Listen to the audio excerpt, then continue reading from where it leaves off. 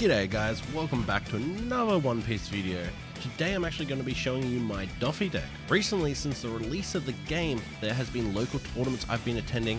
I have attended 4 events so far, and Doffy has not let me down, boys. Let me tell you that.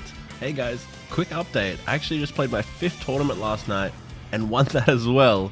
Currently this deck, I've gone 17-0 in games, so let's go Doffy! So I thought I'd make this video today to show you my deck, explain my card choices, show you guys some options of how you could edit and change the deck to your preference, and also give you guys some tips and tricks of how to play this deck. Alright, so let's start off with the leader, Doffy. You attach 2 Dons with him, and then attack, spend 1 Don, and you get to reveal the top card to summon a 7 Warlord that costs 4 or less.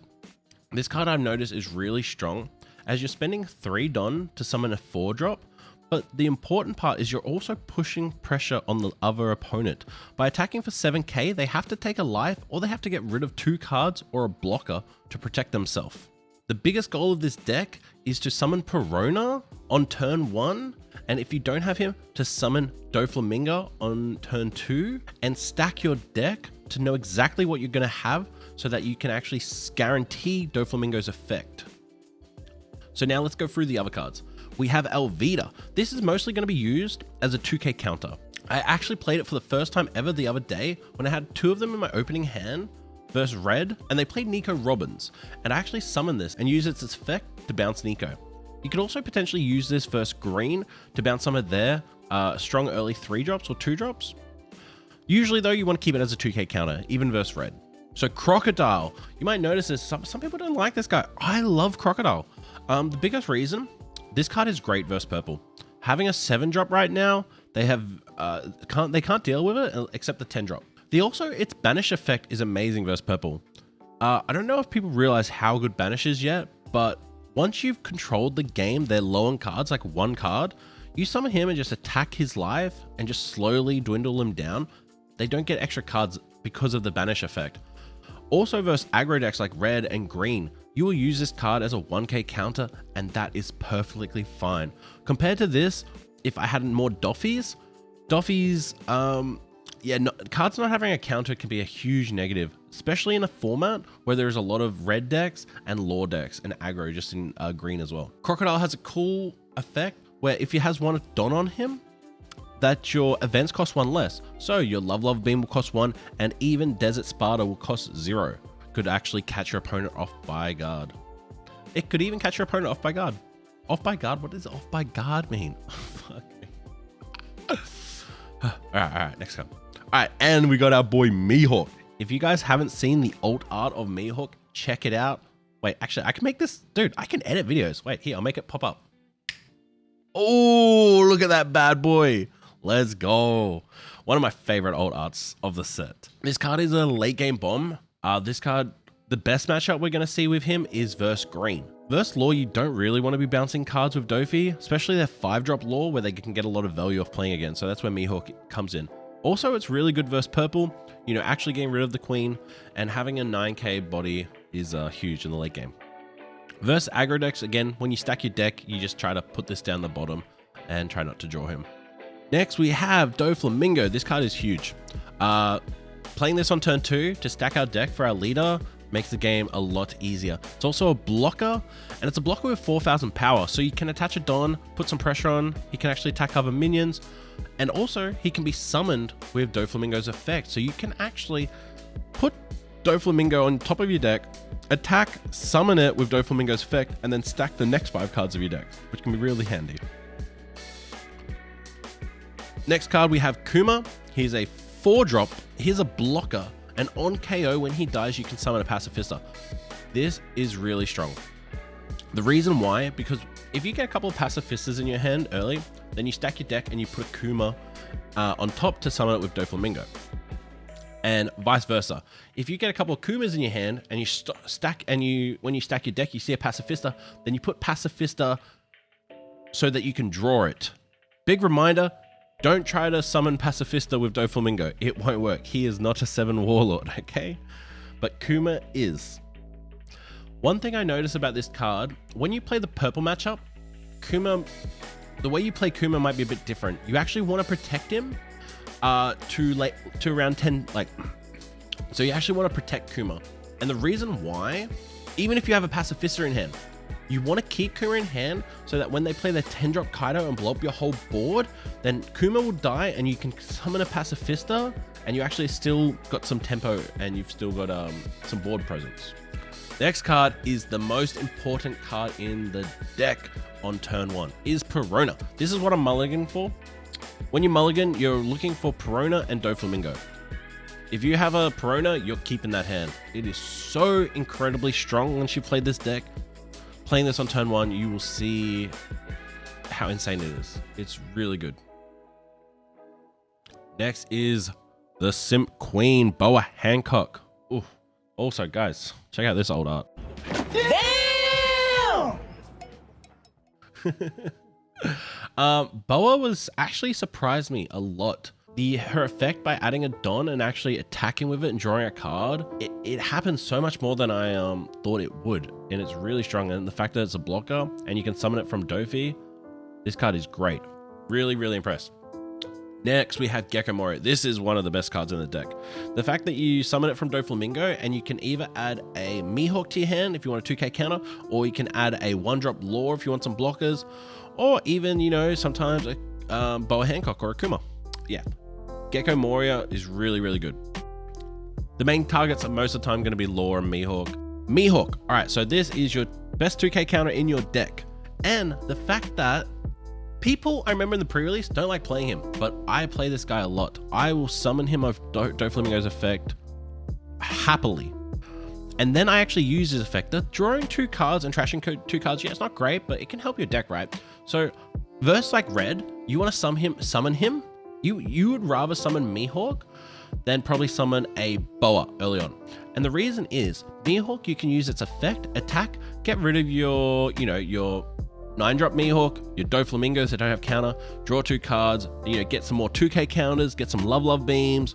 You know, you can actually sort out your deck for what you're matching, right? So if I'm versing, you know, green or purple, then I would keep them Mihawks and maybe I'd get rid of something else, or maybe get rid of an extra Perona or so on. So don't be afraid to summon Mihawk, especially off the top of your deck from Doflamingo, and use his effect once you get him down. It's great. So Lore, 1-drop blocker, really good. You can also, this can get summoned from Doflamingo's effect if you're just gambling. You know, sometimes you don't know what's on the top of your deck and Lore will get summoned, so that's great. Also, just cheap, efficient 1-drop blocker, and Gecko Moria adds it back to our hand. Now, we have our 7-drop Doflamingo. Still like this card. Being able to play 1 turn earlier than Mihawk is very important, I think. And it's really good versus green. Like, I know a couple of times, green played like 7-drop Kid. I played Doflamingo. They then play 7-drop King Kid again. And then I play Mihawk and it's like, scoop. Yeah, he's good first. He's very good versus green. And I think he's good versus purple too. And red and Lore is, yeah, it's not as good, definitely. So next we have Pacifista. This card I think is good. So some people I have seen, they're like, why don't you play this Pacifista? It's a blocker. 6, you must realize 1 extra 1,000 power is so much better. The fact is, you just put 1 Don and then now you're attacking for 7,000. If they want to kill it, they have to spend more resources, right? So I really like this. I only play 3 because, you know, you can organize your deck. I haven't had too many issues of not finding one. I definitely think 4 could be, I think you could definitely play 4 and 2. Haven't fully tested it enough to say what's better, but at the moment I'm enjoying 3. Next is Teach. This card is really good, especially in this deck where you can verse like a green matchup, right? Or whatever matchup, you can stack it in your deck when you see it in the top 5 cards in your hand, if you want it. Otherwise, you can just put it down the bottom versus, like, you know, purple. And also, this is really cool. What happens when you do use Doflamingo's effect? Say they have a blocker. You attach 2 Dons, attack, activate its effect. Teach comes out and activates his effect straight away, and you can return a blocker, and then they actually can't block Doflamingo's attack because you summon Teach off it. So that's a really cool little mechanic there. Next, we have Desert Sparta. Some people don't like this card. I think this is really good. It allows you early game to have 2 extra cards in your opening hand, like you have Perona, Doflamingo. This stacks your top 3 cards, and that means you're going to get a good draw for your next turn, and you're going to be able to get Doflamingo's effect. And in the late game, same thing. I think it's fine. Also, it's got a decent trigger. I like 2. I was running 3, but I think the flexibility of having an extra 2k counter for 0 helps a lot more when you're putting on pressure. This deck plays quite aggressively. Yeah. And next, I think one of the best cards in blue is Doflamingo. Gaining 4,000 power and then drawing a card. So good. So good. Also, the fact that it can get discounted from Crocodile. Yeah, love this card. So, now, let's go through some, you know, some of the cards I've tried and that you guys could also try. Definitely, you could play an extra 2k counter. Gecko Moria, I recently tried this because I thought I wanted to tech more towards purple. And I didn't find the value that I wanted from him, the pressure. I thought maybe if I summon Gecko Moria earlier, you know, that's going to be a threat and, you know, you can attack and, you know, get 2 life. The issue is like, yeah, Gecko Moria, you have to have 5 cards in your hand to have its effect, and this deck doesn't always usually play like that. Especially because you want to protect your minions early, get your hand low, then draw cards from Lava Beam, Boa. Definitely still a fine card. There's nothing wrong with it. It's just, I would prefer to have like a Teach. I'd rather have a 3rd Teach and a 3rd Elvita than have 2 Gecko Morias. So Jinbei, this is kind of interesting, right? So I think this will depend on your meta, guys. If you guys have a lot of Zoro and especially a lot of lore, you probably want to put a couple Jinbeis in. This card, the fact that it actually gets rid of the card and puts it to the bottom of the deck, actually kind of like, it's like killing the card. Teach, you know, bouncing a Zoro, bouncing a Sanji, especially versus green deck, they have all the 1-drops and they can replay it, It's also a trigger. If you get this as a trigger versus red, that's huge. But the thing is, this isn't a 7 Warlord, so you won't be able to summon Jinbei from Doflamingo's effect. So that's why I prefer Teach. And also, it only has 2,000 power, where Teach has 4,000 power. So Teach can actually, once it's summoned, can actually put pressure on or also help removing minions. Next card as an option is Pacifista, the 4-drop. As I mentioned earlier, I just think the 6,000 Pacifista is just better. So I actually did play this lore. I tested it. I think you could play one of this in your deck. I don't mind it. It's a 6-drop. It's a bit earlier. And the effect, I think, can catch people off guard. Especially, I think you will see this played well versus purple. I might try one of these lures over a Doflamingo or maybe a Crocodile. I don't mind this card. I wouldn't play more than one though, because it's not a counter and its effect is kind of situational. That's all, like, I think that I personally consider. The other card, maybe you could, if you had a lot of green in your meta, you could pick Sambles, but to be honest, you probably just add an extra Doflamingo before you add Sambles. So now, if you are going to add cards, what are some cards you could cut out of the deck? I think, you know, Elvita, potentially, if you just, you know, don't care about 2k counters as much, you could cut her. Crocodile, definitely cuttable. I would definitely keep 2 Mihawks and probably 2 Doflamingos. Unless you're adding other late game cards, then maybe you could cut something from here. But I would say definitely Teach is cuttable. You could definitely play Jimbos instead. This card, again, I think is cuttable. And I think you definitely could just play 2 Pacifistas. This is the core. I would say this is the core of your deck. If you're playing this deck, this is what you start with. And all these cards are mandatory. And then you can add extra Pacifistas, you know, what you want, and sort of put it in the direction of your choosing. So yeah, guys, I really hope you enjoyed this little deck guide. The breakdown of the deck, showing you guys the core of the deck, and, you know, giving you guys options to how to make your deck. Because also it's about having fun, right?